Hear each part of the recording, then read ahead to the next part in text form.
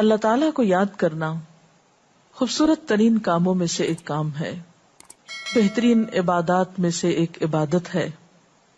قرآن پاک میں اللہ تعالیٰ اس کے بارے میں فرماتے ہیں وَلَذِكْرُ اللَّهِ أَكْبَرُ، اور اللہ کا ذکر بہت بڑا کام ہے، بہت اچھا کام ہے۔ حقیقت یہ ہے کہ انسان جس چیز سے محبت کرتا ہے اس کو ضرور یاد کرتا ہے، اس کا ذکر کرتا ہے، دل ہی دل میں بھی اور زبان سے بھی، کیونکہ جس چیز کی محبت انسان کے دل میں ہوتی ہے وہ چیز زبان پر آ کر رہتی ہے۔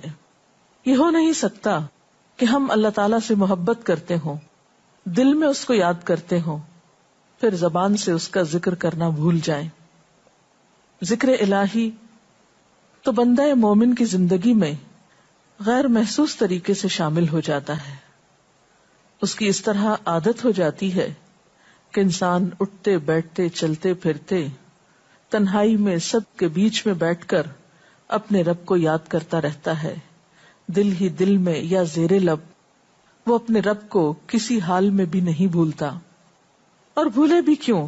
اس لیے کہ اس کی ذات پر رب کے احسانات ہر ایک سے بڑھ کر ہیں، اس کی نگاہیں ہر طرف رب کے کمالات دیکھتی ہیں، وہ ہر طرف رب کی نعمتوں کو دیکھ کر سرشار ہوتا رہتا ہے۔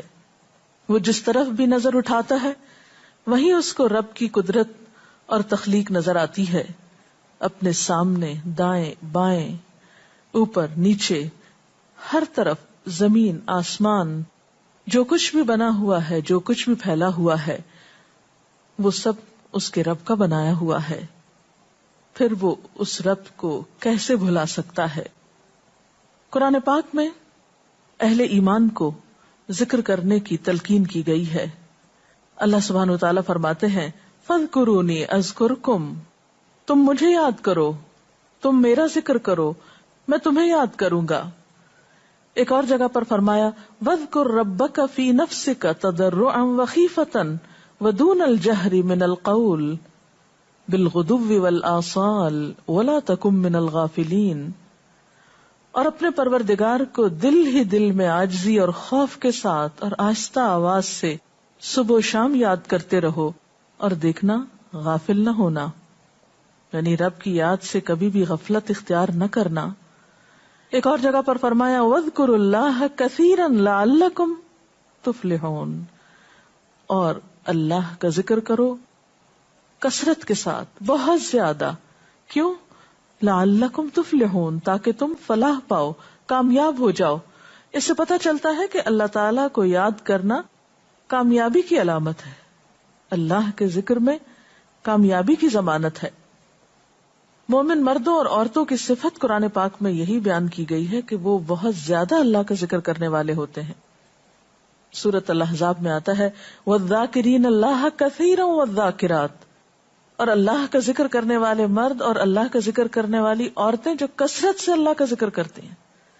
کثیرن اعد اللہ لہم مغفرۃ واجرا عظیما، اللہ نے ان کے لیے بخشش اور بہت بڑے اجر کا وعدہ کر رکھا ہے۔ اور پھر یہ کہ ذکر کرنے کے لیے کوئی خاص وقت مقرر نہیں، انسان ہر حال میں ذکر کر سکتا ہے، ہر وقت میں ذکر کر سکتا ہے۔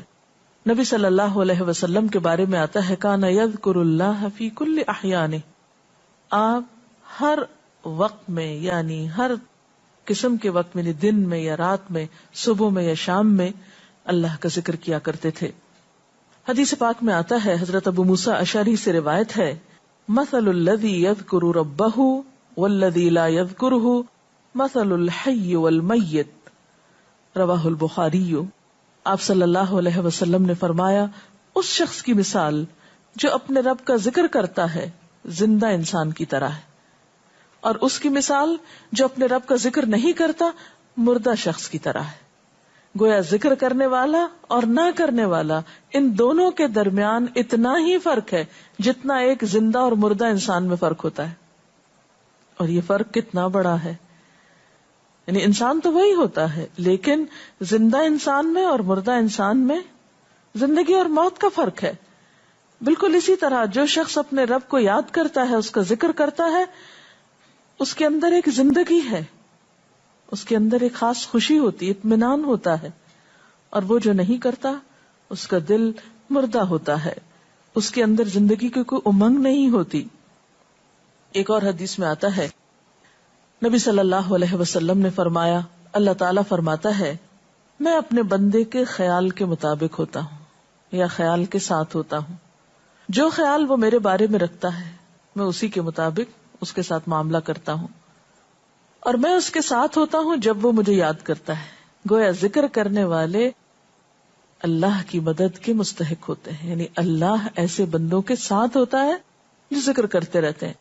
اگر وہ مجھ کو اپنے دل میں یاد کرتا ہے تو میں بھی اس کو اپنے دل میں یاد کرتا ہوں، اور اگر وہ مجھے کسی جماعت میں بیٹھ کے یعنی کسی گروپ میں یعنی پبلک میں بیٹھ کے یاد کرتا ہے تو میں اس کو اس سے بہتر جماعت میں یاد کرتا ہوں، یعنی فرشتوں کی جماعت میں یاد کرتا ہوں۔ تو گویا فاذکرونی اذکرکم، تم مجھے یاد رکھو میں تمہیں یاد رکھوں گا۔ تو جو شخص بھی یہ چاہتا ہو کہ اللہ تعالیٰ اس کو یاد رکھے، اس کی مشکل میں اس کی مدد کرے، تو اس کے لیے کیا ضروری ہے کہ پھر وہ ذکر کرتا رہے۔ اور ذکر تمام عبادات کو خوبصورت بناتا ہے۔ مثلا روزہ رکھنا ایک عبادت ہے، لیکن جس روزے میں ذکر الہی ہو اس کا اجر و ثواب کئی گنا بڑھ جائے گا۔ حج ایک عبادت ہے بذات خود، حج کا سفر ایک عبادت ہے، لیکن اس سفر میں انسان اگر ذکر الہی کرتا رہے تو اسی حج کا ثواب کئی گنا بڑھ جائے گا۔ اور نماز تو سراسر ہے ہی اللہ کی یاد کا نام، اقم الصلاۃ لذکری، نماز قائم کرو میری یاد کے لیے۔ اللہ کے ذکر کا بہترین طریقہ ہے۔ ایک اور موقع پر آپ صلی اللہ علیہ وسلم سے جب یہ پوچھا گیا کہ سب سے اچھی نماز کس کی، سب سے اچھا روزہ کس کا، سب سے اچھا حج کس کا، سب سے اچھا مجاہد کون، تو آپ صلی اللہ علیہ وسلم نے ہر بار یہی جواب دیا کہ جو اپنے ان کاموں میں ذکر الہی کثرت کے ساتھ کرے۔ اور ذکر کرنے والے ہر میدان میں آگے نکل جاتے ہیں۔ حدیث پاک میں آتا ہے نبی صلی اللہ علیہ وسلم نے فرمایا مفردون سبقت لے گئے۔ لوگوں نے پوچھا کہ یہ مفردون کون ہیں؟ فرمایا وہ مرد جو کثرت کے ساتھ اللہ کا ذکر کرتے ہیں اور وہ عورتیں جو کثرت کے ساتھ اللہ کو یاد کرتی ہیں۔ اور یہاں آپ نوٹ کر رہے ہیں خاص طور پر مردوں کے ساتھ ساتھ عورتوں کا ذکر بھی ملتا ہے۔ حضرت عبداللہ بن بصر فرماتے ہیں کہ ایک شخص نے عرض کیا یا رسول اللہ صلی اللہ علیہ وسلم، بے شک اسلام کے احکام مجھ پر بہت ہیں، یعنی ذمہ داریاں بہت ہیں، کرنے کے کام بہت ہیں، آپ مجھے کوئی ایسی بات بتائیں جسے میں اپنے لیے لازم کر لوں، یعنی میرے لیے آسان ہو اور میں پابندی سے کر سکوں۔ تو آپ صلی اللہ علیہ وسلم نے فرمایا لا یزال لسانک رطبا من ذکر اللہ، کہ ایک چیز پابندی سے پکڑ لو، اور وہ کیا کہ تیری زبان ہمیشہ اللہ کے ذکر سے تر رہے، ہر دم اللہ کو یاد کرتے رہو۔ اور یہ حقیقت ہے کہ انسان کوئی بھی کام کر رہا ہو، مثلا خواتین کھانا پکا رہی ہیں، گھر صاف کر رہی ہیں، واک کر رہی ہیں، کوئی بھی کام کر رہی ہیں اس طرح کا، تو اس میں ساتھ ساتھ اللہ کی یاد کرتی رہیں، سبحان اللہ، الحمدللہ، اللہ اکبر، استغفر اللہ، لا الہ الا اللہ، ان اذکار کا ورد کرتے رہیں، تو اس میں کام بھی ہوتا رہے گا اور اس کے ساتھ ساتھ اللہ کی یاد بھی ہوتی رہے گی۔ خصوصی طور پر دو کلمات ایسے ہیں جن کے بارے میں بہترین اجر کی خوشخبری سنائی گئی۔ آپ صلی اللہ علیہ وسلم نے فرمایا کلمتان، دو کلمات ایسے ہیں خفیفتان علی اللسان، جو زبان پہ بہت ہلکے ہیں، یعنی پڑھنے میں کچھ مشکل نہیں، ثقیلتان فی المیزان، میزان میں بہت بھاری ہیں، حبیبتان الی الرحمن، رحمان کو بہت محبوب ہیں، اور وہ کیا ہیں؟ سبحان اللہ و بحمدہ، سبحان اللہ العظیم۔ چلتے پھرتے، اٹھتے بیٹھتے، کام کاج کرتے، تسبیح پڑھتے رہنا، ذکر کرتے رہنا، انسان کے دل کو جہاں اطمینان بخشتا ہے وہاں اس کے کام کو آسان بھی کر دیتا ہے، اور اللہ کی مدد بھی ساتھ ہوتی ہے۔ اور قرآن پاک میں ایسے لوگوں کے لیے خوشخبری ہے، الا بذکر اللہ تطمئن القلوب، سنو اللہ کے ذکر سے دلوں کو اطمینان ہوتا ہے۔ اور ویسے بھی میزان میں بہت بھاری نیکی ہے۔ ایک حدیث میں آتا ہے کہ رسول اللہ صلی اللہ علیہ وسلم نے لوگوں سے پوچھا کیا میں تمہیں نہ بتاؤں کہ تمہارے اعمال میں سب سے اچھا عمل، سب سے پاکیزہ اور تمہارے درجات کو سب سے زیادہ بڑھانے والا، اور جو تمہارے لیے سونے چاندی کے خرچ کرنے سے زیادہ بہتر ہو، اور اس سے بھی بہتر ہو کہ تم اپنے دشمنوں سے ملو، ان کی گردنیں تم مارو اور وہ تمہاری گردنیں مارے، تو کیا ایسا عمل نہ تمہیں بتاؤں؟ صحابہ نے عرض کیا ضرور یا رسول اللہ صلی اللہ علیہ وسلم، ہمیں ایسا عمل بتائیے. تو آپ نے فرمایا وہ اللہ کا ذکر ہے، یعنی تمام اعمال میں وہ سبقت لے جاتا ہے. اسی طرح ایک اور حدیث میں ہے، رسول اللہ صلی اللہ علیہ وسلم نے فرمایا کہ جب بھی کچھ لوگ بیٹھتے ہیں اور وہ اللہ کا ذکر کرتے ہیں، کسی مجلس میں اکٹھے ہو کر بیٹھتے ہیں، تو اللہ کی رحمت ان کو ڈھانپ لیتی، ان پر سکینت نازل ہوتی ہے. اللہ تعالیٰ ان کا اپنے ہاں ذکر کرتے ہیں. گویا اکیلے بھی ذکر کیا جا سکتا ہے اور کسی مجلس میں اکٹھے بیٹھ کر بھی.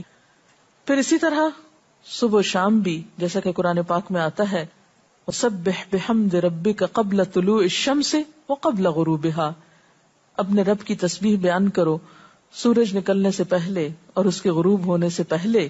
ایک اور جگہ پر آتا ہے وَسَبِّحْ بِحَمْدِ رَبِّكَ بِالْعَشِيِّ وَالْإِبْكَارِ، اپنے رب کی حمد و ثنا بیان کرو عشی کے وقت یعنی عصر کے وقت، والابکار اور صبح کے وقت. عشی کا لفظ جو ہے یہ زوال شمس سے غروب شمس کے درمیانی وقت کو کہتے ہیں. پھر اسی طرح انبیاء علیہ السلام کے بارے میں ہم دیکھتے ہیں، حضرت داؤد علیہ السلام بہت خوبصورت آواز سے، بہت خوبصورت انداز میں اللہ تعالیٰ کا